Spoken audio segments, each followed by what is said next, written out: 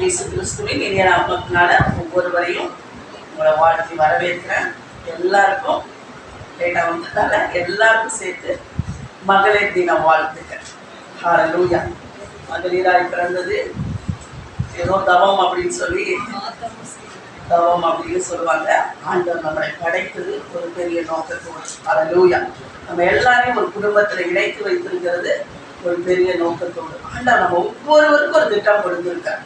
உங்களோட குடும்பத்தில் ஒரு தலைவியார் ஆண்டவர் பாருங்களேன், அது கொடுக்கும்போதே எப்படி ஒரு மேன்மையான ஒரு ஸ்தானம் கொடுத்துருக்கார். நம்ம எல்லாரையும் குடும்ப தலைவியார் இந்த குடும்பத்தை நடத்துகிறவளாய் கொடுத்துருக்கிறார்.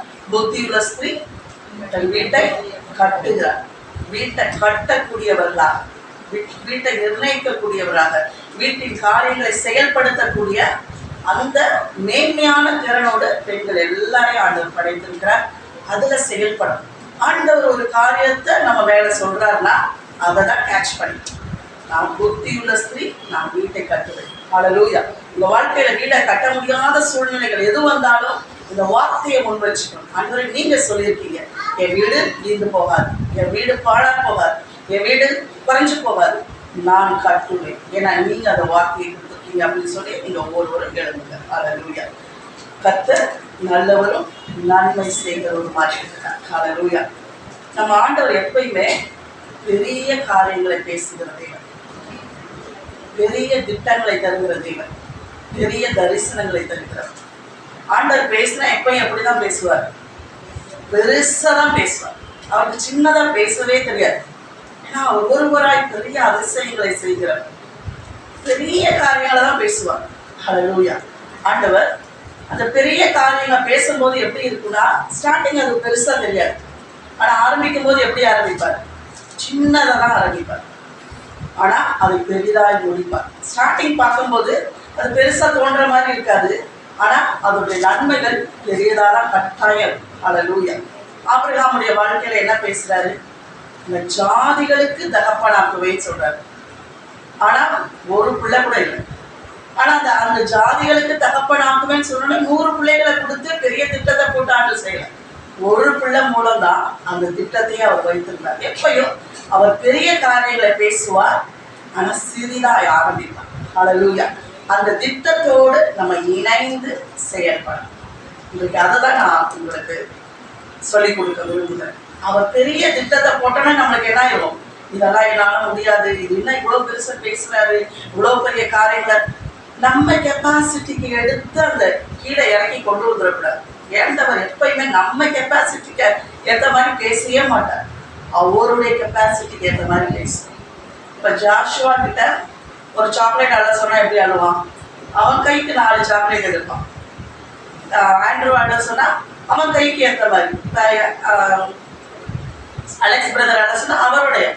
ஆண்டவர் அள்ளி கொடுக்க சொன்னா தாராளமாக அள்ளி கொடுத்துருவார். ஹல்லேலூயா. இதெல்லாம் புரிஞ்சுக்கணும். பட் நான் என்னோட திட்டத்துக்கு, என்னோட செயலுக்கு ஏற்ற மாதிரி ஆண்டோடைய வார்த்தையை இறக்கி எனக்குள்ள கொண்டு வந்து செயல்படுத்த விட்டுருக்கேன். அவர் என்ன பேசுறாரோ அந்த லெவலுக்கு பேசுறதுக்கு நான் செயல்பட ஆரம்பிக்கிறேன். ஹல்லேலூயா. இன்னைக்கு அதை எப்படி செயல்படுத்தணும் அப்படிங்கிறது தான் உங்களுக்கு நான் சொல்லிக் கொடுக்க போறேன். ஆவியானவர்கள் ஒவ்வொருவரோடும் இடைப்பட போகிறார். நம்ம தேவன் சொல்லுங்க, பெரிய காரியங்களை பேசுகிற தேவன். சத்தமா சொல்லுங்க, பெரிய திட்டங்களை தருகிற தேவன், பெரிய தரிசனங்களை தருகிற தேவன். சொல்லுவோம், பெரிய காரியங்களை பேசுகிற தேவன், பெரிய திட்டங்களை தருகிற தேவன், பெரிய தரிசனங்களை தருகிற தேவன். ஹல்லேலூயா. எப்பயுமே ஆண்டவரோடு சேர்ந்து நம்ம ஒர்க் பண்ண கத்துக்கணும். ஆண்டவர் அப்படிதான் நம்மளை அழைத்திருக்கிறார். அவரோடு சேர்ந்து ஒர்க் பண்ண கத்துருக்கிறார். அவர் ஒரு திட்டம் கொடுத்துட்டாரா, ஓகேப்பா நான் வரேன், இந்த காரியத்தை எனக்கு சொல்லி கொடுங்க அப்படின்னு சொல்லி அவரோடு சேர்ந்து நம்ம அந்த திட்டங்களை செயல்படுத்துவதற்கு நம்ம பழகிக்கொள்ளணும். அதுதான் முக்கியமான காரியம். அவருக்கு அவ்வளோ பெரிய காரியங்கள் பேசணும்னு நம்ம அதை பார்த்து பயப்படணும். ஏன்னா அவர் செய்ய முடியாத ஒரு காரியத்தை ஒரு நாளும் நம்மளோட பேச மாட்டார் இல்லையா? ஒரு செய்ய முடியாத, நம்மளால செய்ய முடியாத ஒரு காரியத்தை அவர் பேச மாட்டார். அவர் நம்மளால செய்ய முடிகிறது மற்றும் அவர் நம்மளோடு இருந்து செய்ய போற காரியத்தை தான் பேசும். நம்மளா ஒரு காரியத்தை விட்டு நீ எதையாவது செய்யணும் நம்மளை அப்படியே தனியா விட்டுற மாட்டார். ஒரு திட்டத்தை சொன்னார்னா உடையே இருப்பார். அந்த திட்டத்தை கொடுப்பார், அதனுடைய வரைபடத்தை கொடுப்பார், அதை படிப்படியாக செயல்படுத்துவார். அதை எல்லாவற்றையும் நேர்த்தியும் அழகும் செம்மையுமாய் அவருடைய நாமத்தின் மகிமைக்காக செய்து முடிப்பார். ஹல்லேலூயா. அவர் வாக்கு பண்ணுவார், செய்து முடிப்பார். ஹல்லேலூயா. அவர் வாக்கு பண்ணுவார், செய்து முடிப்பார். ஹல்லேலூயா. எப்பயுமே அதுதான் அவருடைய பேட்டர்ன். அப்படிதான். இப்போ ஒரு காரியத்துக்கு நீங்க ஜெபிக்கிறீங்க அப்படின்னோட அந்த காரியத்தை தூக்கிட்டு வந்து கொடுத்துட மாட்டேன். இப்போ நீங்க ஒரு வீட்டுக்காக ஜெபிக்கிறீங்கன்னு வச்சுக்கோங்க, உடனே வீடை கொண்டாந்து கையில கொடுத்துட மாட்டேன். முதல்ல ஒரு வாக்கு தத்தத்தை கொடுப்பார். அதுதான் சீட், அதுதான் விதை. எப்பொழுதும் அவருடைய பேட்டர்னை நல்லா தெரிஞ்சுக்கோங்க. ஒரு காரியத்துக்காக ஜெபிக்கிறீங்கன்னா முதல்ல உங்களுக்கு வாக்கு தத்தம் வரும், கர்த்தருடைய வார்த்தை வரும். அதை பிடிச்சுக்கணும். அந்த வார்த்தையை நீங்க ஒவ்வொரு நாளும் அந்த வார்த்தைக்கு தண்ணி ஊற்றணும், பேசணும். அவர் என்ன சொல்லி அனுப்பிச்சாரோ அது அவரோடு சேர்ந்து நீங்க பேச கத்துக்கணும். ஹல்லேலூயா. எப்படின்னா அதுதான் கோஆபரேட் இல்லையா? கோஆபரேட், அவரோட சேர்ந்து ஆப்பரேட் பண்ணுங்க அப்படின்னு தான் ஆண்டவர் சொல்றார். அவரோடு சேர்ந்து, அவருடைய திட்டத்தோடு சேர்ந்து ஆண்டவர் நம்மளை அவரோட கோஆபரேட் பண்ண சொல்றார். சரி, இப்போ அவரோட வேலை செய்யறது பார்த்தா நம்ம வேதாகமத்துல ஒவ்வொருத்தங்களும் அவரோட வேலை செஞ்சவங்க தான். ஃபர்ஸ்ட் இருந்தே பார்க்கலாம். நோவா, ஆபிரகாம், மோசே, தாவீது, தானியேல், எல்லாருமே பார்த்தா பேதுரு, பின்னாடி சீஷர்கள் எல்லாருமே அவரோடு சேர்ந்து வேலை பார்த்தவங்க தான். ஆனா ஃபர்ஸ்ட் இந்த காரியத்தை நல்லா புரிஞ்சுக்கோங்க. ஃபர்ஸ்ட் அவரோட சேர்ந்து வேலை செய்யணும்னா நம்ம மைண்டு கீழே இருக்கணும், ஸ்பிரிட் மேல. ஃபர்ஸ்ட் பாயிண்ட் எடுத்துக்கோங்க. அவர் ஒரு காரியத்தை சொன்னோன்னே என் மைண்டுக்குள்ள கப கப கபன்னு யோசிக்க கூடாது. ஸ்பிரிட் மேல இருக்கும். அப்பதான் அந்த காரியத்தை புரிஞ்சு செயல்படுத்த முடியும். இப்போ நோவாக்கு ஆண்டவர் ஒரு பெரிய பேழையை கட்டுன்னு சொல்றார். இதுவரைக்கும் மழையை அவன் பார்த்ததில்லை, அதோடைய எந்த காரியமும் தெரியாது. ஆனா அவன் அதற்கு அப்படியே கீழ்ப்படிந்து ஆண்டவர் சொன்னதுக்கு செயல்பட ஆரம்பித்தான். நம்மகிட்ட சொன்னா எப்படி இருக்கும்? ஒண்ணுமே பார்க்கல, அதுக்கு 1000 ரீசன் தேடுவோம். இது எப்படி செய்ய முடியும், இது வந்துச்சுன்னா இது என்ன ஆகும், எப்படி இது தரையில நடந்து ஓடுமா, பறந்து போகுமா, எப்படி போகும், இப்படி நம்ம என்ன பண்ணுவோம், நம்ம மைண்டை யூஸ் பண்ண ஆரம்பிக்கும். ஆனா அவங்க எல்லாருமே ஸ்பிரிட்ல தான் செயல்பட்டாங்க. இத்தனைக்கும் இன்றைக்கு நம்ம பெற்ற ஆவியானுடைய தங்கும் ஸ்தலமா இருக்கிற மாதிரி அன்னைக்கு கிடையாது. அவர் ஒரு திட்டத்தை செயல்படுத்துறதுக்கு மாத்திரமே அந்த நாட்கள்ல வந்து ஆவியானவராய் அவர்களோடு இருந்து நடத்தினார். ஆனா இன்னைக்கு எல்லாத்தையும் செயல்படுத்தக்கூடிய பரிபூர்ண வல்லமையுள்ள, ஞானமுள்ள, கிருபை உள்ள பரிசுத்த ஆவியானவரை நம்மளோட இருக்கும்போது நம்ம என்ன பண்றோம்? மைண்டை தான் யூஸ் பண்ணுறோம். ஏன் நம்ம வாழ்க்கையில அவர் சொல்றதுக்கும் நம்ம செயலுக்கும் என்ன ரீசன்? ஏன் செயல்பட முடியல? அவர் வார்த்தை உண்மை உள்ளது. அவர் சொன்னா கட்டாயம் நடக்கும் இல்லையா? அதில் ஏதாவது டவுட் இருக்கா? கிடையவே கிடையாது. ஏன் இதெல்லாம் நம்ம வாழ்க்கையில செயல்பட முடியல? மைண்டை தூக்கி முன்னாடி வச்சிருக்கோம், ஸ்பிரிட்டை கீழே வச்சிருக்கோம். அவருடைய ஆலோசனையோடு இல்லை. இந்த காரியத்துல என் ஆலோசனைக்கும் என்னோட ரீசனிக்கும் என்னுடைய காரியத்துக்கு உள்ள விடும் போது அது எல்லாமே சொல்லியா ஆவியானவர் நம்ம பார்க்கிற காரியம், நம்ம செயல்படுத்துற காரியத்துல அவர் செயல்படுகிற தேவன் அல்ல. அவர் மேலானவர். அதான் சொல்றேன், பெரிய திட்டங்களை தருகிற தேவன், பெரிய காரியங்களை பேசுகிற தேவன். அப்போ அவரோடு சேர்ந்து செயல்படணும்னா நம்ம ஸ்பிரிட் மேல ஃபர்ஸ்ட் ஆவியில அறிய ஆரம்பிக்கணும், ஆவியானவரோடு இணைந்து செயல்பட ஆரம்பிக்கணும். சரி, இன்றைக்கு எப்படி அதை ஒருத்தரை எடுத்து நம்ம எப்படி அவர் ஆண்டவரோடு இணைந்து செயல்பட்டார் அப்படிங்கிறத பார்க்கலாம். ஆபிரகாமுடைய வாழ்க்கையை பார்க்கலாம். இன்னைக்கு எப்படி ஆண்டவரோடு இணைந்து அவர் காரியங்களை செயல்படுத்தினா அப்படிங்கிறத பார்க்கலாம். ரோமர் எடுத்துக்கோங்க. சாதாரணமா நீங்க எடுத்துக்கோங்களேன், ஒரு பிசினஸ் பண்றதுன்னா கூட அந்த 2 பார்ட்னருக்குள்ள எப்படி இருக்கணும்? அந்த வேவ்லென்த் ஒன்னா இருக்கணும், ஒத்து போகணும் இல்லையா? ஒரு பிசினஸ் பண்ணும்போது எப்படி இருக்கணும்? அவர் பேசுறதும், அவர் சொல்றதும், அவர் செயல்படுத்தணும். அந்த பிசினஸ் காரியத்துல ஒன்னா வரணும். அப்படி வரலன்னா என்ன ஆகாது? வேலைக்கு ஆகாது. அதே போலதான் ஆண்டுடைய திட்டத்தோடு நம்ம ஒன்னா போகலைன்னா வேலைக்காகாது. திருமணமும் அதே தான். திருமண வாழ்க்கையும் கணவன் மனைவி என்பது ஒருவரோட அந்த வேவ்லென்த் ஒன்னா இருக்கணும். அந்த இணைந்து பேசணும், இணைந்து செயல்படணும். இந்த காரியம் தான், ஏன்னா இது ஆண்டோட டிசைன், இது ஆண்டவர் ஏற்படுத்துகிற ஒரு காரியம் வாய்க்க வேணும் அப்படின்னா அப்படியா தான் சேர்ந்து செயல்பட வேண்டிய ஒரு காரியமாக தான் இருக்குது. ரோமர் எடுத்துக்கலாம், 4வது அதிகாரம் 14வது வசனம். ஃபர்ஸ்ட் அவரோடு வேலை செய்வதற்கு நம்ம எப்படி ஆபிரகாம் தன்னுடைய வாழ்க்கையில அவரோடு சேர்ந்து வேலை செய்தார். நியாயப்பிரமாணத்தை சார்ந்தவர்கள் சுதந்திரவாளிகளானால் விசுவாசம் வீணாய் போம், வாக்குத்தத்தமும் அவமாகும். 17வது ஜாதிகளுக்கு உன்னை தகப்பனாக ஏற்படுத்தினேன் என்று எழுதியிருக்கிறபடி அவன் தான் விசுவாசித்து வருமாய் மரித்தோரை உயிர்ப்பித்து இல்லாதவைகளை இருக்கிறவைகள் போல் அழைக்கிறவருமாய் இருக்கிற தேவனுக்கு முன்பாக நம்ம எல்லாருக்கும் தகப்பனானார். ஆமென், ஹல்லேலூயா. இல்லாதவைகளை இருக்கிறவை போல் அழைக்கிற தேவன். இன்றைக்கு நம்ம அப்படிதான் பார்க்கிறோம். நம் தேவன் எப்படி நம்ம வாழ்க்கையில செயல்படுவார். ஆண்டவருடைய ஒரு பேட்டர்ன் நீங்க தெரிஞ்சுக்கிட்டீங்கன்னா, அவர் ஒரு பிரின்சிபலோட தான் செயல்பட்டார். நீங்க வேதத்துல இருந்து பார்த்தீங்கன்னா, அல்லது அவருடைய ஆண்டுடைய திட்டமே எப்படின்னா ஒரு பிரின்சிபல் இருக்கும். அவர் சொல்லுவார், அதை செயல்படுத்துவார். ஃபர்ஸ்ட் அவர் என்ன பண்ணுவார், எதையுமே சொல்லுவார், அப்புறம் செயல்படுத்துவார். அதுவும் எப்படிப்பட்ட காரியங்களை சொல்லுவார், இல்லாதவைகளை இருக்கிறவைகளை போல அழைப்பார். ஹல்லேலூயா. ஆண்டவருடைய என்னது விசேஷமே அதுதான், இல்லாதவைகளை இருக்கிறவைகளை போல அழைப்பார். அதுதான் அவர். நீங்க பைபிள்ல ஃபர்ஸ்ட் பேஜ்ல இருந்து ஆதியாகமம் 1வது அதிகாரத்துல இருந்து நீங்க எல்லா அதிகாரத்திலையும் பார்த்தீங்கன்னா அவர் ஒரு பிரின்சிபலை தான் பின்பற்றுவார், இல்லாதவைகளை இருக்கிறவைகளை போல அழைப்பார். ஹல்லேலூயா. இந்த பிரின்சிபல்ல தான் நம்மளும் செயல்படணும் விரும்புகிறார். ஆபிரகாம் அதை எப்படி கற்று அழகா நடந்தார் அப்படிங்கிறத பார்க்கலாம். ஆபிரகாமுடைய வாழ்க்கையில ஒரு மேலான காரியம் அவருக்கு என்ன இருந்துச்சுன்னா, அவரை குறித்ததான ஒரு நல்ல வெளிப்பாடு இருந்துச்சு.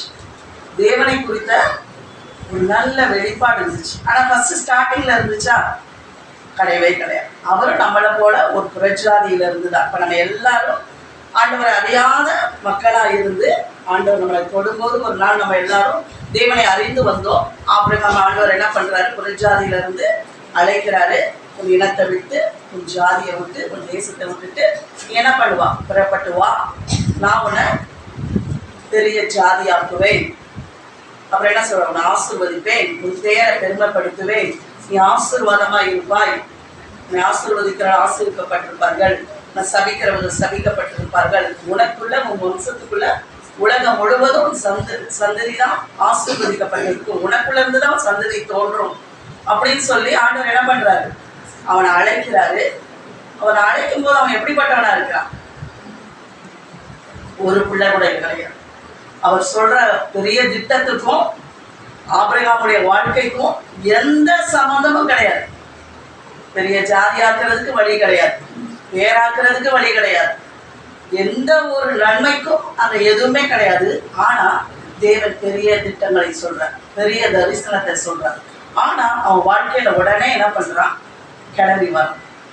கிளம்பி வந்ததுக்கு அப்புறம் அவனோடு ஒரு உறவு, அந்த உறவுல தான் நம்மளுக்கு வெளிப்பாடே கிடைக்கும்.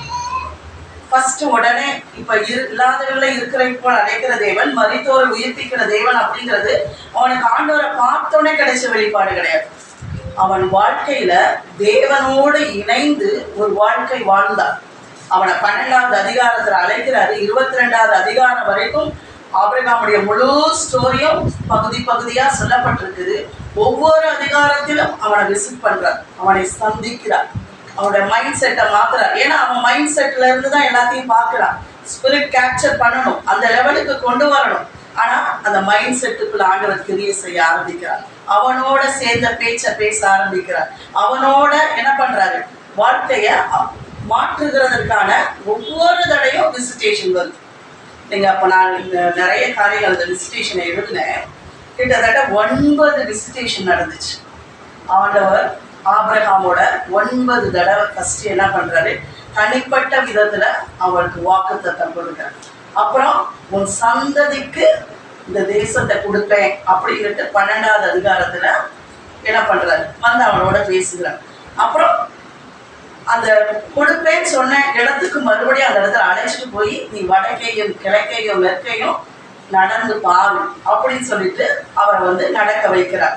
அப்புறம் உன் சந்ததி பூமியின் தூளை போல பெருகுவார்கள் சொல்லி சந்ததியை கொடுத்து ஒரு வாக்கு தத்தம் கொடுக்கிறார். எப்பயும் ஆண்டவர் என்ன பண்ணுவாரு? வாக்கு பண்ணுவார், நிறைவேற்றுவார். வாக்கு பண்ணுவார், நிறைவேற்றுவார். நம்மளும் தான் நம்ம வாழ்க்கையிலையும் வாக்கு பண்ணினதை அவரோடு சேர்ந்து ஆமேன் என்று சொல்ல பழக வேண்டும். ஹல்லேலூயா. அவர் என்ற வாக்கு கொடுத்தாலும், உங்க புத்தி கேட்டாத வாக்குகள் கொடுத்தாலும் முதல்ல ஆமேன் எனக்கு தான் சொல்லி இருக்கிறார். முதல்ல ஒரு இருதயம் ஆவியிலிருந்து அதை ரிசீவ் பண்ணும். ஆமேன் எனக்கு அதை சொல்லி இருக்கிறார். அப்புறம் அவரோடு சேர்ந்து நீங்க பேச ஆரம்பிக்கும். பேசும்போது என்ன நடக்கும்? அந்த காரியங்கள் கண்களினால பார்க்க ஆரம்பிக்கும். நம்ம ஃபர்ஸ்ட் இப்படிதான் ஆண்டவர் என்ன பண்றாரு? ஒவ்வொரு முறையும் வந்து அந்த ஒவ்வொரு முறையும் வரும்போது அவருடைய இருதயம் எப்படி இருக்கிறது? ஒரு பிள்ளை கூட இல்லை, ஒரு பிள்ளை கூட இல்லைன்னு சொல்லிட்டு எப்படி இருக்குது? மாமிசத்துல பேசுகிற இருதயம் அதுக்கப்புறம் அப்படியே ஒவ்வொரு காலகட்டத்திலும் அவருடைய இருதயம் மறுரூபமா மனம் திரும்பு. அதுதான் நான் சொல்றேன், மனம் திரும்புங்கள் அப்படின்னா என்ன அர்த்தம்னா, ஆண்டவர் என்ன சொல்றாரோ அதுக்கு ஏத்த மாதிரி உங்க மனதை திருப்புங்க.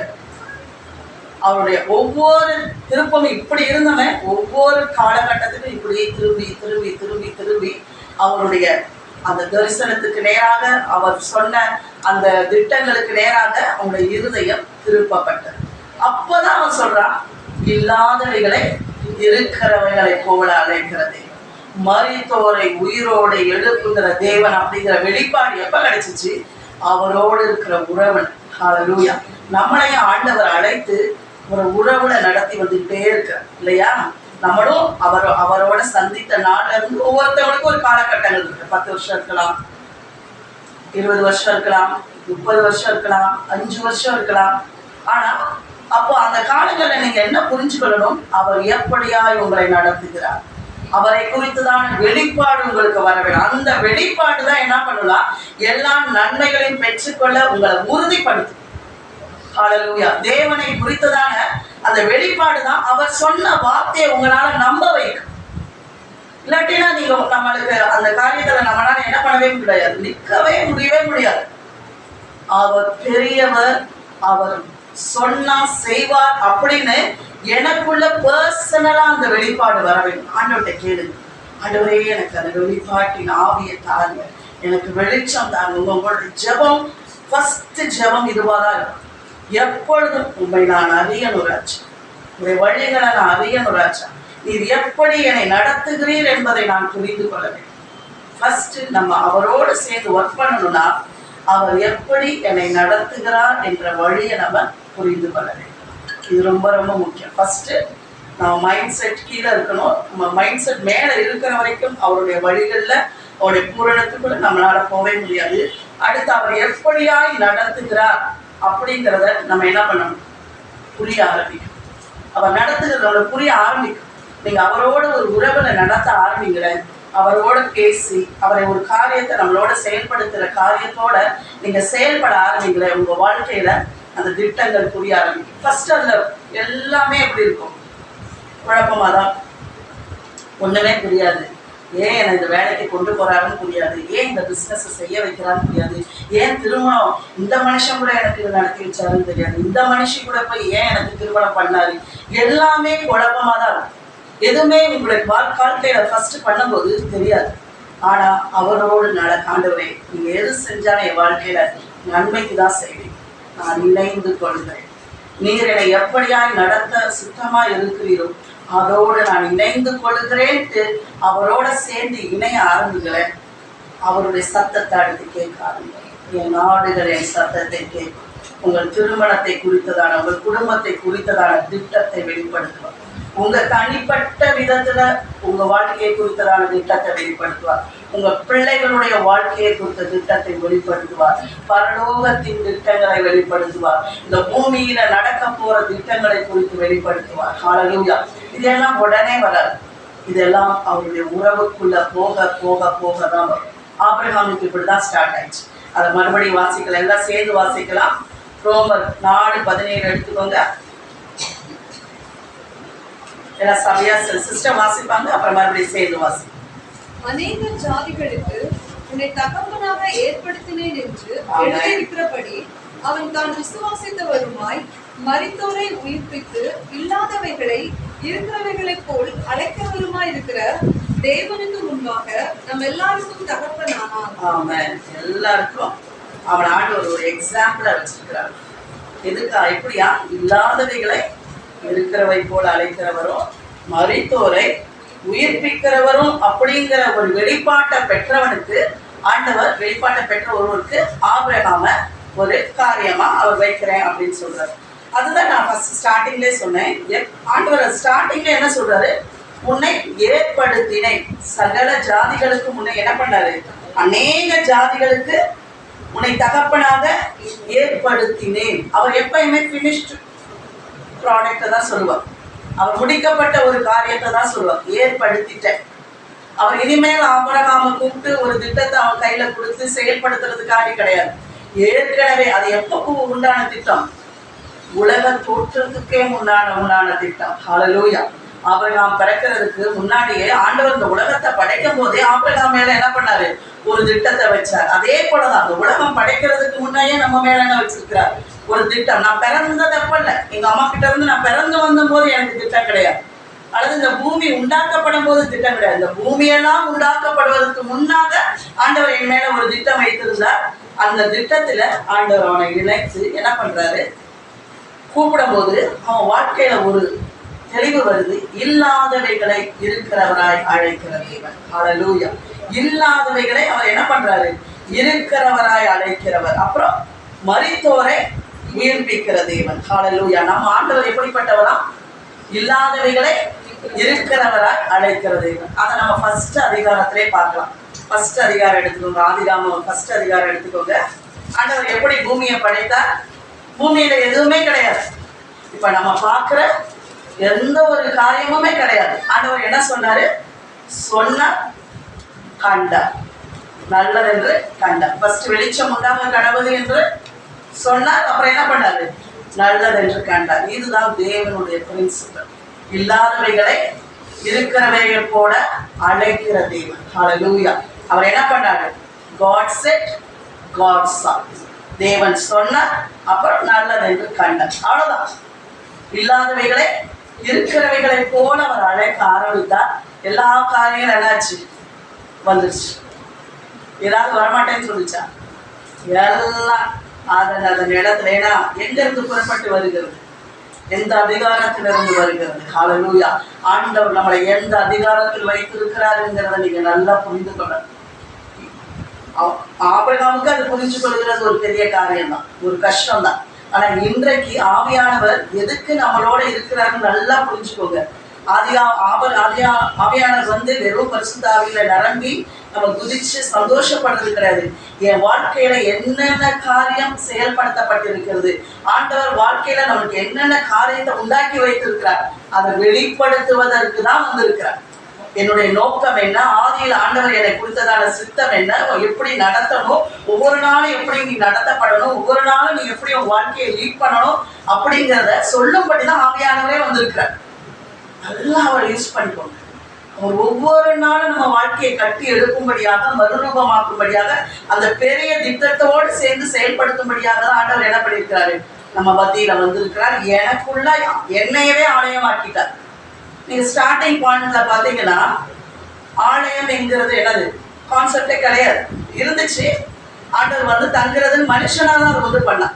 ஃபர்ஸ்ட் உடன்படிக்கை பெட்டி இருந்துச்சு, உடன்படிக்கை பெட்டியில வந்து தங்கி இருந்தாரு. அப்புறம் என்ன பண்ணாங்க? அதை ஆலயத்துல கொண்டு போய் வச்சாங்க. அப்புறம் ஆலயத்துல இருந்துச்சு. அப்புறம் எல்லாமே உடஞ்சி போச்சு. அப்புறம் அவர் எங்க இருப்பாரு?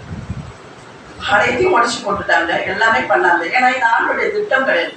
ஆண்டுடைய அனாதி திட்டமே என்னன்னா அவர் மனுஷனோடு தங்க வேண்டும். ஹல்லேலூயா. அவர் கூடாரத்து மேலேயோ, ஆசரிப்பு கூடாரத்து மேலேயோ, பெட்டி மேலேயோ, ஆலயத்துக்குள்ளேயோ வந்து தங்குறது தேவனுடைய திட்டமே கிடையாது. அவருடைய ஒரே திட்டம் மனுஷனோடு வந்து தங்க வேண்டும், மனுஷனோடு வாசம் பண்ண வேண்டும். என்னுடைய வாசஸ்தலம் மனுஷனா இருக்கணும், அவனுக்குள்ள நான் வந்து வாசம் பண்ணணும். அவன் எனக்கு 2 பேரும் ஒன்னா இருக்கணும். இதுதான் அவருடைய அனாதை தீர்மானம். ஹல்லேலூயா. இந்த தீர்மானத்தின்படிதான் அவர் நடந்தபோது எல்லாமே குழப்பினாலும் மறுபடியும் ஆவியானவர் வந்து அதை மறுபடியும் நிலைப்படுத்தினார். ஹல்லேலூயா. நீங்களே என்னுடைய ஆலயமா இருக்கிறீர்கள், உங்களுடைய சரீரமே என் ஆலயமா இருக்கிறதுன்னு சொல்லி நம்ம எல்லாரையும் அதுல கொண்டு வந்து நிறுத்திட்டார். அதனால இது ஃபர்ஸ்ட், இதுதான் பேசிக் பிரின்சிபலை புரிஞ்சுக்கொள்ளுங்க. இல்லாதவைகளை இருக்கிறவராய் அழைக்கிற தேவன். சொல்லுங்க, இல்லாதவைகளை இருக்கிறவராய் அழைக்கிற தேவன். இல்லாதவைகளை இருக்கிறவராய் அழைக்கிற தேவன். ஹல்லேலூயா. ஆபிரகாமுடைய சந்ததி அப்படின்னா நம்ம எப்படி இருக்கணுமா? இல்லாதவைகளை இருக்கிறவை போல அழைக்கிற சந்ததியா இருக்கணும். ஹல்லேலூயா. இப்ப ஆபிரகாமுடைய சந்ததி சொன்னேன்னா முதல்ல எனக்கு தெரிய வேண்டிய வெளிச்சம் என்னது? இல்லாதவைகளை இருக்கிறவைகளை போல அழைக்கிறவளாய் நான் இருக்க வேண்டும். ஹல்லேலூயா, ஹல்லேலூயா. ஆண்டவர் சொன்னார், ஆண்டவர் கண்டார், நல்லதென்று கண்டார். நீங்களும் உங்க வாழ்க்கையில தேவனுடைய வார்த்தையை சொல்லும் போது உங்க வாழ்க்கையில வரும். ஹல்லேலூயா. அப்பதான் அவர் என்ன 18வது வசனம் வாசிக்கலாம். உன் சந்ததி இவ்வளவாய் இருக்கும் என்று சொல்லப்பட்டபடியே நான் அநேக ஜாதிகளுக்கு தகப்பன் ஆவதை நம்புகிறதற்கு ஏதுமில்லாதிருந்தும் அதை நம்பிக்கையோட விசுவாசித்தார். ஆமென். ஹல்லேலூயா. என்று சொல்லப்பட்டபடி ஃபர்ஸ்ட் என்ன பண்றாரு? இல்லாதவைகளை இருக்கிறவராய் அழைக்கிறான்னு சொல்லும் போது அந்த நீங்க சொல்ல ஆரம்பிச்சோன்னா என்ன ஆகுமா? சொல்லப்பட்டபடியே வந்துடும். இல்லாதவையில இருக்கிறவை கூட நீங்க சொல்ல ஆரம்பிக்கும் போது என்ன ஆகிடுமா? நீங்க சொல்லப்பட்டபடியே அந்த இடத்துல என்ன ஆரம்பிக்கும்? காரியங்கள் நடக்க ஆரம்பிக்கும். ஹல்லேலூயா. அதுக்கு உடையில என்ன நடக்குது? தான் அநேக ஜாதிகளுக்கு நம்புவதை ஏதுமில்லாதிருந்தும் அதை நம்பிக்கையோட விசுவாசித்தான். அவன் சொல்றான், ஆனா அதுக்கு நம்பிக்கைக்குரிய எந்த காரியமும் அங்க இல்லை இல்லையா? அவர் உன ஜாதிகளுக்கு தகப்பனாக்குவேன்னு சொல்றாரு. உன் சந்ததி இவ்வளவா எப்படி மணல் திறனாய் பெறும் சொல்றாரு. நட்சத்திரங்களை அளவாய் பெருகுன்னு சொல்றாரு. ஆனா நம்பிக்கை ஏதோ ஒரு பிள்ளையாவது இருந்தா தானே அதுல ஏதாவது பார்க்க முடியும் இல்லையா? ஒரு பிள்ளை இருந்தாலும் அட்லீஸ்ட் ஓகே. எதுவுமே இல்லை, பிள்ளையே இல்லை. அது எப்படி அந்த அவனுடைய காரியம் எப்படி இருந்துச்சா? தன் சரீரம் செத்து போச்சு, சானுடைய கர்ப்பம் செத்து போச்சு. ஏன்னா அவனுடைய நம்பிக்கை அற்று போகிறதுக்கான காரியம் அப்படியே இருக்குது. சரீரம் தானே முக்கியமா, பிள்ளைகளை பெற்றெடுக்கிறதுக்கு சரீரம் தான் முக்கியமா வேணும். அந்த ரெண்டுமே இல்லை. ஆனா அவன் நம்பிக்கை, அடுத்த வருஷம் அதுதான், அவன் வாக்குத்தத்தத்தை குறித்து அவன் அவிசுவாசமாய் சந்தேகப்படாமல். ஹல்லேலூயா. அவன் வாக்குத்தத்தத்தை குறித்து என்ன பண்ணலையா? அவிசுவாசமாய் சந்தேகப்படாமல் தேவன் வாக்குத்தத்தம் பண்ணினதை நிறைவேற்ற வல்லவராய் இருக்கிறார் என்று முழு நிச்சயமாய் நம்பி தேவனை மகிமைப்படுத்தினார். ஹல்லேலூயா. முதல்ல நம்ம வாழ்க்கையில கர்த்தருடைய நன்மையை காணணும்னா என்ன பண்ணணும்? இல்லாதவைகளை இருக்கிறவைகளை போல அழைக்கணும். சொல்லுங்க, இல்லாதவைகளை இருக்கிறவைகளை போல அழைக்கணும். You learn to speak, you learn to call.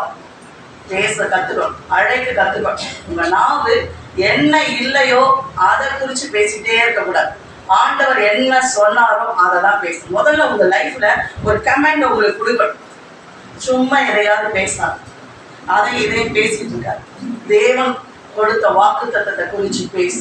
தேவன் உன்னுடைய வாழ்க்கையில கொடுத்த தீர்மானங்களை குறிச்சு பேசு. ஹல்லேலூயா. அடுத்து நீங்களே என் வாழ்க்கை இப்படிதான் இருக்கணும்னு சொல்லி தீர்மானிச்சு பேசுங்க. இப்ப நான் ஒரு தோட்டத்தை வளர்க்குறேன் அப்படின்னா அந்த தோட்டத்தை வளர்க்கறதுக்கு நாம ஒரு முடிவு எடுக்கணும். அந்த தோட்டத்துல இந்த காய் செடி போகணும், இந்த மரம் வளர்க்கணும், இப்படியா என் தோட்டம் இருக்கணும்னு யார் முடிவு பண்ணணும்?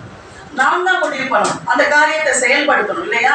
அப்படி தீர்மானம் எடுக்கணும். என் வாழ்க்கை இப்படிதான் இருக்கணும், என் குடும்பம் இப்படிதான் இருக்கணும், என் ஆவிக்குரிய வாழ்க்கை இப்படியா இருக்கணும், என் பூமிக்குரிய வாழ்க்கை இப்படியா இருக்கணும். தேவன் ஆண்டவர் ஏற்கனவே திட்டம் உங்களுக்குள்ள வைத்திருப்பார். அவரோட சேர்ந்து செயல்படுங்க. ஆண்டவரை என் வாழ்க்கை குறிச்சுதான திட்டம் வேணும், தீர்மானம் வேணும், எனக்கு சொல்லுங்க, ஆவியானவரை வெளிப்படுத்துங்க அப்படின்னு அவரோட கேளுங்க. ஆண்டவர் உங்களுக்கு ஆபிரகாமை போல இல்லாதவைகளை இருக்கத்தக்கதாக பெரிய காரியங்களை உங்களோடு செயல்படுத்துவார். ஹல்லேலூயா. பெரிய காரியங்களை உங்களோடு பேச ஆரம்பிப்பார். அப்ப நீங்க என்ன சொல்லணும்? ஆமென். ஹல்லேலூயா. Yes Lord. அப்படியே ஆக கடவுள், உங்களுடைய வார்த்தையின்படியே ஆக கடவுள், நீங்க சொன்னதின்படியே எனக்கு ஆக கடவுள். ஹல்லேலூயா. அப்படின்னு சொல்லி தேவனோடு சேர்ந்து நீங்க என்ன பண்ணணும்? செயல்பட ஆரம்பிக்கணும். அப்ப என்னாச்சு? ஃபர்ஸ்ட் என்ன பண்ணணும்? இல்லாதவைகளை இருக்கிறதை போல அழைக்கணும். அடுத்து அவர் தேவனை மகிமைப்படுத்தி விசுவாசத்தில் வல்லவனா. அந்த சொன்ன ஆரம்பிச்சனை தேவனை மகிமைப்படுத்த ஆரம்பிக்கும். ஹல்லேலூயா. உங்க வாழ்க்கையில அந்த உங்க எல்லைகளுக்குள்ள வரணும்னா அந்த காரியத்தை சொல்லி மகிமைப்படுத்தணும். ஆண்டவரே, எனக்கு நீ வீடு கொடுத்ததற்காய் சோத்திரம், எனக்கு ஒரு சொந்த கட்டணத்தை நீங்க கொடுத்ததற்காய் சோத்திரம், நானும் என் குடும்பமும் வாழும்படியான மேன்மையான காரியத்தை நீ செய்தபடியா. இப்ப அது கிடையாது. அதுக்கு 5 பைசா பணமும் நம்மகிட்ட இல்லை, அதை வாங்கக்கூடிய திறனும் இல்லை, இல்லையா? எல்லாமே எப்படி இருக்கு? ஆபிரகாமுடைய வாழ்க்கை போலதான் சாராளுடைய கர்ப்பம் செத்துது. ஆபிரகாமுடைய எல்லாமே வீக்கா இருக்குது. அப்படிங்கிற போலதான் நம்மளுடைய பேங்க் பேலன்ஸ் எப்படி இருக்கு? வீக்கா இருக்கு. அப்புறம் என்னது? நம்ம நிலைமை அப்படிதான் இருக்கு. நம்மளுக்கு சொத்து கிடையாது, ஒண்ணுமே கிடையாது, எதுவுமே கிடையாது. அதையே பார்த்துட்டு இருக்காரு. ஹல்லேலூயா. தேவன் வாக்குத்தத்தம் பண்ணினதை செய்ய வல்லவராய் இருக்கிறார் என்று சொல்லி தேவனை மகிமைப்படுத்த ஆரம்பிங்க. ஹல்லேலூயா. நீங்க தேவனை மகிமைப்படுத்த அங்க இல்லாதவைகள் எல்லாம் அங்க உருவாக ஆரம்பிக்கும். ஹல்லேலூயா. அங்க இல்லாத காரியங்கள் எல்லாம் அந்த இடத்துல வந்து நின்று கொண்டே இருக்கும். ஹல்லேலூயா. நீங்க சொல்ல சொல்ல சொல்ல சொல்ல அந்த இடங்கள் எல்லாம் உண்டாக ஆரம்பிக்கும். இன்றையிலிருந்து உங்க வாழ்க்கை கட்டாயம் மாறிதான் ஆக வேண்டும். ஹல்லேலூயா. இனிமேலும் நான் ஆபிரகாமின் சந்ததி, நான் ஆபிரகாமுக்குரிய ஆசீர்வாதத்தை உடையவள் அப்படின்னு சொல்லிட்டு சும்மா உட்காரக்கூடாது. நீங்க ஆபிரகாமின் சந்ததினா இல்லாதவைகளை இருக்கிறவை போல என்ன பண்ண ஆரம்பிக்கணும்?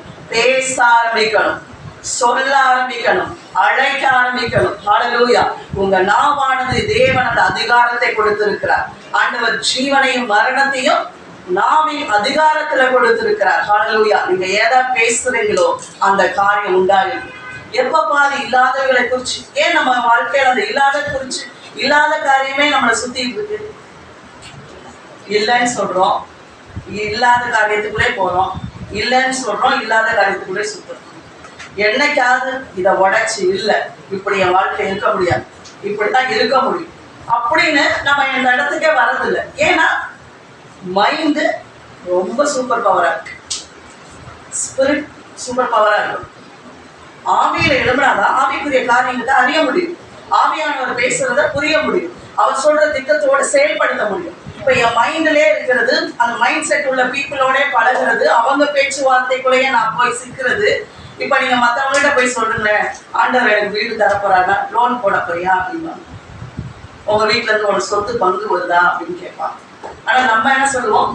இல்ல, ஆண்டவர் எனக்கு கொடுத்துருக்கிறாரு, பைத்தியக்காரனாடா, அது யாருக்குல இது வரைக்கும் கிடைச்சிருக்கு இல்லையா? அப்ப நம்மளே அறியாம என்ன ஆயிடும், நம்ம ஸ்பிரிட்ல எழுந்திருப்போம். ஆனா இந்த வார்த்தையை ஆமா இது வரைக்கும் எப்படி நடந்துச்சு அப்படின்ட்டு என்ன பண்ணிடுவோம்? எப்பயும் கலக்கக்கூடாது.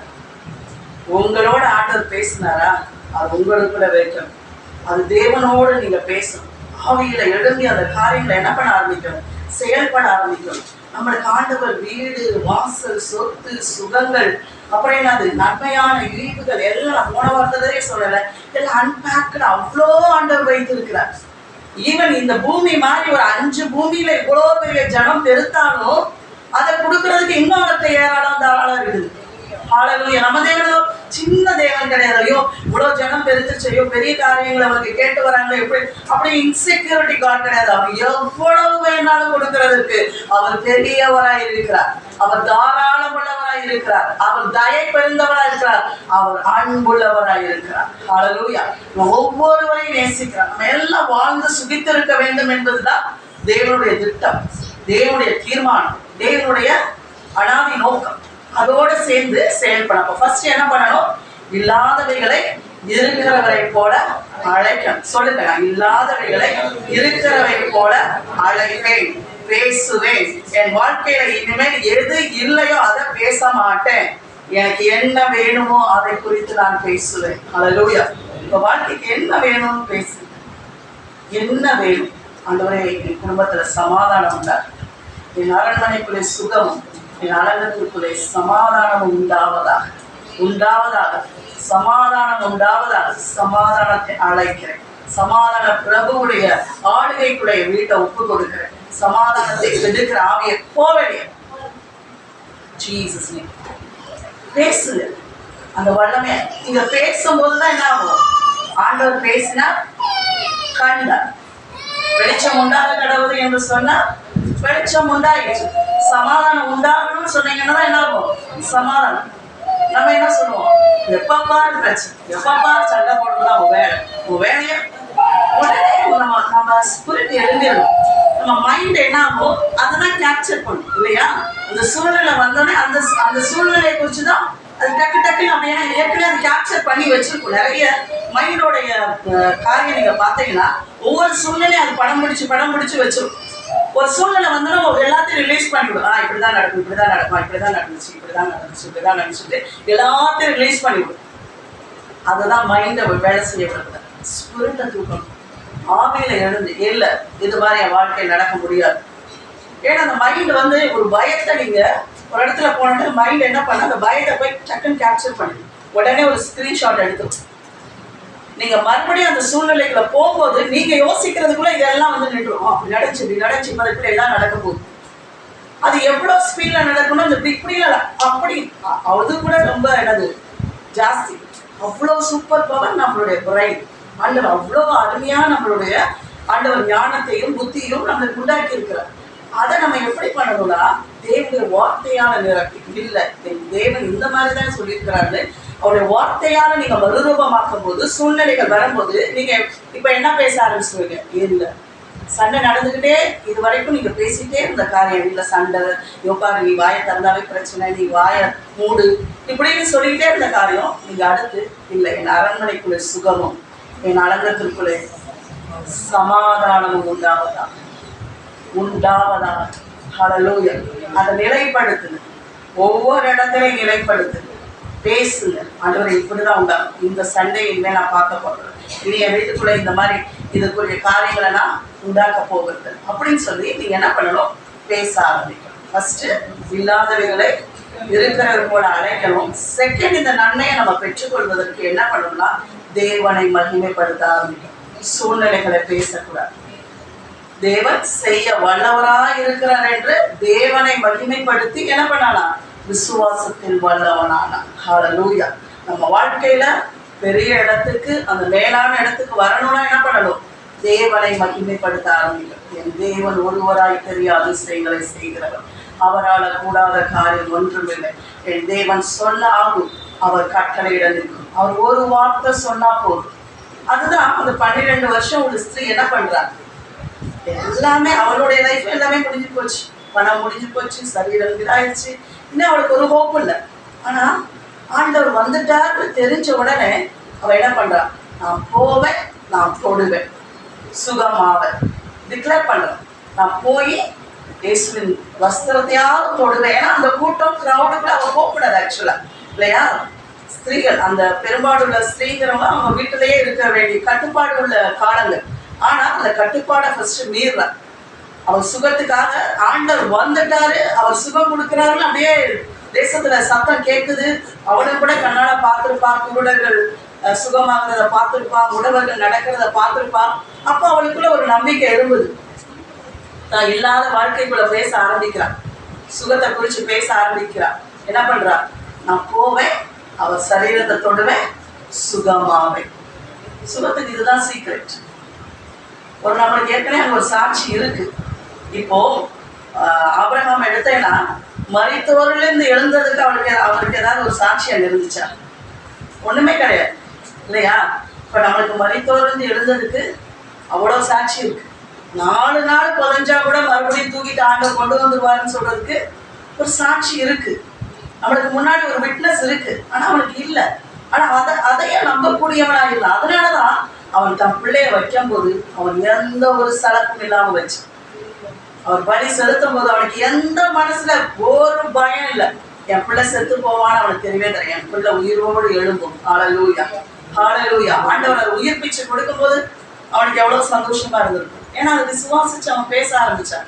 என் ஈசாக்கு என்ன பண்ண முடியாது? மறிக்க முடியாது. ஏன்னா அவனை கொண்டுதான் சந்ததியை உண்டாக்குறேன்னு சொன்ன போது எப்படி அவன் சாவான்? அவன் நிச்சயம் உயிரோட தான் இருப்பான் அப்படின்னு அவர் மேல ஏறி போயிட்டே இருந்திருப்பார். அவருடைய வார்த்தை அப்படிதான் இருந்துட்டே இருந்திருக்கும். அந்த வார்த்தை தான் இல்லாதவைகளை இருக்கிறவர் போல அழைத்தனாலதான் ஈசாக்கு உயிரோடு எழுதினான். ஹல்லேலூயா. ஹalleluya. ஈசாக்கு உயிரோடு எழும்பினதுக்கு அதுதான் சீக்கிரம். இல்லாதவைகளை இருக்கிறவரை போல அழைத்தான். ஆபிரகாமின் சந்ததியாகிய நாம் இல்லாதவைகளை இருக்கிறவை போல அழை, இந்த சுகத்தை அழை. அவன் என்ன பண்றான்? நான் சுகமாவேன், நான் சுகமாவேன். அத்தனை கிரௌடுக்குள்ள போறான். அவ்வளோ பெரிய கும்பல் போய் அவ்வளோ கும்பலையும் தாண்டி அவரை பார்க்க முடியல. அவர்கிட்ட இருந்து சுகம் வேணும்னு அவளுக்கு கேட்கிற சூழ்நிலையில, ஆனா தொட்டா சுகமாவேன். ஆண்டவர் அந்த விசுவாசத்தை கனப்படுத்தினார். ஹல்லேலூயா. அப்படியே தொட்ட உடனே என்னாச்சு? அவர் சரீரத்துக்குள்ள சுகம் பாய்ந்தது. அவர் சுகமானார்.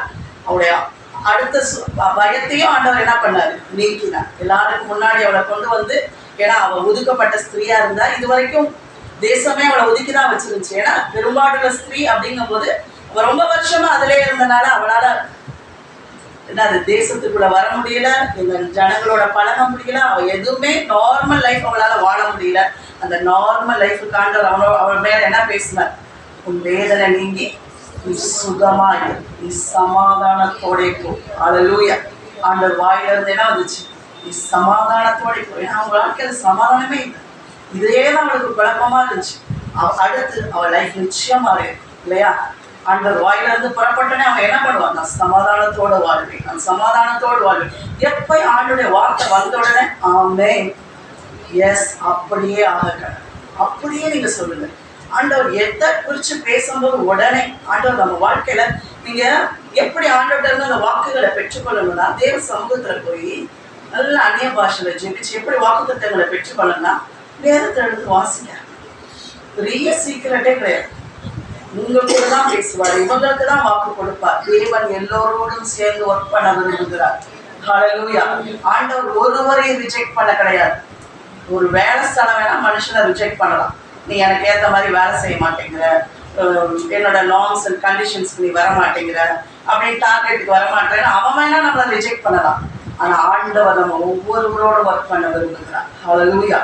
நம்ம வேணா அவர் ஸ்டாண்டர்டுக்கு முடியலன்னு வெளியே வேணா வந்துக்கலாம், அந்த ஆப்ஷன் வேணா நம்ம எடுத்துக்கலாமே தவிர்த்துட்டு அவர் எல்லாரோடையும் ஒர்க் பண்ண விரும்புகிறார். அப்போ எப்படி ஒர்க் பண்ண விரும்புகிறாருங்கிறத நம்ம அறிஞ்சுக்கிறது தான் நம்ம வாழ்க்கையில இருக்க மேன்மை. ஆபிரகாம் அதை அறிந்து கொண்டார். எப்படி அறிந்து கொண்டார்?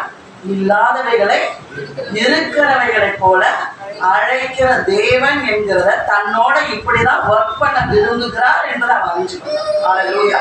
ஏன்னா இல்ல இல்ல இல்லைன்ற இடத்துல இருக்கு இருக்கு இருக்குன்னு சொல்லிட்டே இருக்க. வராரு, உனக்கு பிள்ளை இருக்கு, உனக்கு சந்ததி இருக்கு, ஒரு சந்ததி வானத்து நட்சத்திரம் போல இருக்கு, மனத்தனையான திரளா இருக்குது. அப்புறம் என்ன சொல்றாரு? அவங்க 400 வருஷம் போய் அடிமையா இருப்பாங்க, மறுபடியும் அவங்க திரும்புவாங்க, அவங்கள பாலும் தேனும் ஓடுகிற தேசத்துக்கு நான் கொண்டு வந்து சேர்ப்பேன். இப்படி பெரிய திட்டங்களை அவனோட என்ன பண்ணிட்டே இருக்கிறாரு, பேசுறாரு. அப்படியே அவனுக்கு புரியல. சரி, உனக்கு ஒன்றும் புரிகிற லெவலுக்கு இறங்கி வரண்டு அவனோட ஒரு உடன்படிக்கை பண்ணுறான். காளையை கொண்டு வா, மாட்டை கொண்டு வா, ஆட்டை கொண்டு வா. ஏன்னா அவனுக்கு உடன்படிக்கைங்கிறது அவங்களுக்கு தெரிஞ்ச பழக்கம். அந்த பழக்க வழக்கத்துக்கு அவரே இறங்கி வந்துடுறார். வந்து என்ன பண்றாரு? ஆட்டை வெட்டி மாட்டை வெட்டி ரத்தத்தை சிந்தி அப்புறம் நம்ம பேசினே விடாம என்ன பண்ணிடுறாரு? நான் உன்னோட உடன்படிக்கை பண்ணிடுறேன் அப்படின்னு சொல்லி அந்த உடன்படிக்கை பண்ணணுன்னே அவன் லைஃப்ல ஒரு சீக்கிரம், எஸ், இந்த உடன்படிக்கைக்கு அவர் உண்மை உள்ளவர் என்பதை அவன் அறிய ஆரம்பித்தான். ஹல்லேலூயா. அவர் உடன்படிக்கைக்கு உண்மை உள்ள தகப்பன். ஏன்னா ஒன்று சொல்லி அதுக்கு ஒரு உறுதிப்படுத்திட்டு அடுத்து என்ன பண்றாரு? விருத்த சேதனம் என்கிற ஒரு அடையாளத்தையும் கொடுத்துட்டார். ஃபினிஷ்ட், அவ்வளவுதான். இனிமேல் என்ன ஆயிடும்? அவர் வார்த்தையை மாற மாட்டாரு, அவர் வார்த்தைக்கு அவரே வெளியவே வர முடியாது அப்படின்னு சொல்லி அவனுக்குள்ள அந்த நம்பிக்கை பெருக ஆரம்பிக்குது. ஹல்லேலூயா. அவன் வாழ்க்கையில இந்த நம்பிக்கையெல்லாம் எப்படி ஒவ்வொரு ஸ்டெப்பா வருதுன்னா, ஃபர்ஸ்ட் அவனோட உடன்படிக்கை பண்றாரு, அப்புறம் விருத்த சேதனத்தை சொல்றாரு, அடுத்து அவன் பேரை மாத்துறாரு. அப்ராம் என்கிறவனை அப்ரஹாம் அப்படின்னு சொல்லிட்டு அவனோட பேரை மாத்துறாரு. மறுபடியும் அவனோட இது பண்ணி இன்னும் 1 வருஷத்துக்குள்ள அவனுக்கு பிள்ளை இருக்குன்னு சொல்றத மறுபடியும் உறுதிப்படுத்திட்டு போறாரு. ஒவ்வொரு காலகட்டத்துல வரும்போது அவனோட ஃபெய்த் இன்க்ரீஸ் ஆகும், அவனோட விசுவாசம் பலப்படுகிறது. ஹல்லேலூயா. அவன் விசுவாசம் மட்டும் பலப்படல, அவன் சரீரம் பலப்படுது, அது உருமாறுது, அது தயாராகுது. அதெல்லாம் பெற்றுக்கொள்கிற நன்மைக்கேற்ற என்ன பண்ணுது? அவன் சரீரம் பலனடைஞ்சுக்கிட்டே வருது. நம்மளும் தான் அவனுடைய வாக்குத்தத்தை சொல்லும் போது அதை நீங்க எடுக்க ஆரம்பிக்கும் போது உங்க அட்மாஸ்பியர் சேஞ்ச் ஆகும், உங்க குடும்பங்கள் சேஞ்ச் ஆகும். உங்களுக்கு வேண்டிய காரியங்கள் எல்லாம் அந்த இடத்துல உண்டாகிட்டு இருக்குது. நீங்க நம்ப என்னக்குது கண்ணுக்கு முன்ன வந்தாதான் நம்பிக்கை கிடையாது. சொல்ல ஆரம்பிச்சுன்னு அங்க உண்டாயிடும். ஆண்டவர் எப்பயும் ஃபினிஷ்டு முடிச்ச காரியத்தை தான் நம்மளோட என்ன பண்ணுவாரு, பேசுகிறார். அது ஏற்கனவே சகல ஜாதிகளுக்கும் தகப்பன் என்பது அவன் மேல முத்தரிக்கப்பட்டுருச்சு. ஹல்லேலூயா. இதுக்கு விட நம்மளுக்கு என்ன மேன்மையான காரியம்? நம்ம எல்லா நன்மையும் சுதந்திரிப்பதற்கு அவருடைய ரத்தத்தையே கொடுத்துட்டார். அதுவாது பழைய உடன்படிக்கை, ஆடை மாடு அந்த ரத்தம். ஆனா இன்னைக்கு அவர் வந்து இது எல்லாம் உனக்குதான் உரியது அப்படிங்கிறத எப்படி உறுதிப்படுத்திட்டார்? ஹல்லேலூயா. தன்னுடைய ரத்தத்தையே கொடுத்துட்டார், தன்னுடைய ஜீவனையை கொடுத்துட்டார், தன்னுடைய சரீரத்தையே கொடுத்து உறுதியா வச்சுக்கோ. ஹல்லேலூயா. இதுக்கு மேல இந்த உன் நம்பிக்கைக்கு வேற என்ன செலுத்த முடியும்? உன் நன்மைக்கு வேற எதை வச்சு நான் உனக்கு அடையாளத்தை காட்ட முடியும்? ஹல்லேலூயா. இன்றைக்கு ஆண்டவர் இறங்கி வந்திருக்கிறார், உங்க ஒவ்வொரு மத்தியிலும் இறங்கி வந்திருக்கிறார். ஆபிரகாமை போல உங்க சந்ததியை பெருக செய்யும்படியாக உங்க வாழ்க்கையில இது வரைக்கும் நீங்க சுத்தி சுத்தி சுத்தி வந்த காரியங்களை எல்லாவற்றையும் மாற்றப்படும்படியாக அவருடைய ரத்தத்தையும் அவருடைய மாமிசத்தையும் உங்களுக்கு ஞாபகம் ஊட்டுகிறார். அதுல நீங்க எடுக்கும் போதெல்லாம் செழிப்பு எனக்குரியது, சுகம் எனக்குரியது, நித்திய ஜீவனுக்கு பங்காளி நான், அவரோடு வாழுகை செய்வதற்கு எனக்கு உறுதி கொடுக்கப்பட்டிருக்கிறது. என்றென்றும் அவரோடு என்றென்றும் நித்தியமாய் வாழும்படியான நித்திய பாக்கியம் எனக்கு உண்டாயிருக்கிறது. நான் ஆபிரகாமின் சந்ததியாய் நான் இருக்கிறேன். நான் ஜாதிகளுக்கு தகப்பனாய் இருக்கிறேன். நான் ஆசீர்வதிக்கப்பட்டவர். என்னை ஆசீர்வதிக்கிறவர்கள் ஆசீர்வதிக்கப்பட்டிருப்பார்கள், என்னை சபிக்கிறவர்கள் சபிக்கப்பட்டிருப்பார்கள். இது எல்லா வசனத்துக்கும் வார்த்தைக்கும் உரிமையாக தான் தேவன் அவருடைய ரத்தத்தையும் அவருடைய மாமிசத்தையும் கொடுத்திருக்கிறார். ஹல்லேலூயா. இத்தனை உறுதிப்பாடுகளை தேவன் நம்மளோடு உண்டு பண்ணியிருக்கிறார். அதனால இல்லாதவைகளை இருக்கிறவைகளாய் அழைக்க ஆரம்பிங்க. ஹல்லேலூயா. பேச ஆரம்பிங்க, பேசுங்க. பேச பேச உங்க வாழ்க்கையில உண்டா. ஏன் நம்ம வாழ்க்கையில இப்ப நம்ம என்ன பேசணும்னே உண்டாயிருமா, பேசணும்னே வந்துருமா? இப்படியே சொல்லிட்டு இருக்கிறதுனாலதான் எதையுமே பார்க்க மாட்டேன். நான் நம்மளுக்கு ஒரு பேச்சு வழக்கு இருக்குல்ல, பேச ஆரம்பிக்கும், மைண்டை கொண்டு வரணும். நோவா அப்படி கேள்வி கேட்டு இருந்தானா அந்த அழிவுல இருந்து பாதுகாப்பு. அது ஒரு குடும்பம் தான் ரட்சிக்கப்பட்டுச்சு. அவனுக்கு அந்த விசுவாசம் வளர்றதுக்கு ஒரு சான்ஸ் இல்லை. எல்லாரும் அழிஞ்சு போயிடும்னு சொன்னா ஒரு ஆத்மா கூட வரல. ஆனா அவன் தன்னையும் தன் குடும்பத்தையும் ரட்சிக்கக்கூடிய ஞானவானாக இருந்தான். அவ்வளோ பெரிய உலகமே அழிஞ்சிச்சு. அந்த ஒரு குடும்பம் மறுபடியும் பூமியின் ஒரு சந்ததி உருவாக்குவதற்கான ஒரு வித்தாய் இருந்தான். அது எப்படி கிடைச்சிச்சு? தேவன் சொன்ன வாக்கு தத்தத்தை அவன் செயல்படுத்த ஆரம்பித்தான். தேவனோடு சேர்ந்து ஒர்க் பண்ண கற்றுக்கொண்டான். இப்படிதான் தேவன் ஒரு காரியத்தை செயல்படுத்துகிறார் என்பதை அவன் அறிய ஆரம்பித்தான். அதோடு ஆண்டவரோடு சேர்ந்து கோஆபரேட் பண்ண ஆரம்பித்தான். அதன் மகிமையை அனுபவித்தான். ஹல்லேலூயா. என்றைக்கும் நீங்க தேவனோடு சேர்ந்து நீங்க வேலை செஞ்சீங்கன்னா அந்த மகிமையை நீங்க பார்க்காம இருக்கவே முடியாது. ஹல்லேலூயா. எல்லா மகிமையும் தேவன் உங்களை பார்க்க வைப்பார். அதனால ஃபர்ஸ்ட் இல்லாதவைகளை இருக்கிறவரை போல அழைக்க கத்துக்கணும். உங்க வீட்டுல பேசுங்க, உங்க பிள்ளைங்களை பேச வைங்க, சொல்லி கொடுங்க, எல்லாத்தையும் சொல்லி கொடுங்க. நீங்க முதல்ல பேசுங்க, உங்க வாழ்க்கையில பேசுங்க, உங்க குடும்பத்துல பேசுங்க, உங்க ஜெப நேரத்துல பேசுங்க. இதை கொடுங்கப்பா, இதை கொடுங்கப்பா, இதை செய்யுங்கப்பா அப்படின்னு சொல்லாதபடி இதை செய்து முடித்ததற்காக நீங்க சொல்லுங்க. இந்த காரியங்களை நீங்க எங்களுக்கு உதவி செய்தபடியாக சொல்லுங்க அப்படின்னு சொல்லி இந்த ஒவ்வொரு வசனத்தையும் நீங்க வாசிக்கும் போது இது எனக்காக தான் சொல்லப்பட்டிருக்கிறது, இது எனக்காக தான் சொல்லப்பட்டிருக்குன்னு சொல்லி நீங்க உறுதியா எடுத்துக்கொள்ளுங்க. உங்க வாழ்க்கையை கர்த்தர் நிச்சயம் மாற்றி அமைப்பார். ஹல்லேலூயா. இப்ப நம்ம எல்லாம் எழுதி அவருடைய வாக்கு தத்தத்தை அப்படியே ஆமேன்னு சொல்ல போறோம். ஹல்லேலூயா. நான் சொல்ல எல்லாம் உங்களுக்கு உரியதாக்கி கொள்ளுங்க. கொஞ்சம் நான் எழுதிட்டு வந்திருக்கிறேன். இன்னும் நீங்க வீட்டுல போய் உங்களை நீங்க நிறைய செஞ்சுட்டு தான் இருக்கீங்க. நீங்க தொடர்ந்து இந்த காரியங்களை செய்யுங்க. ஹல்லேலூயா.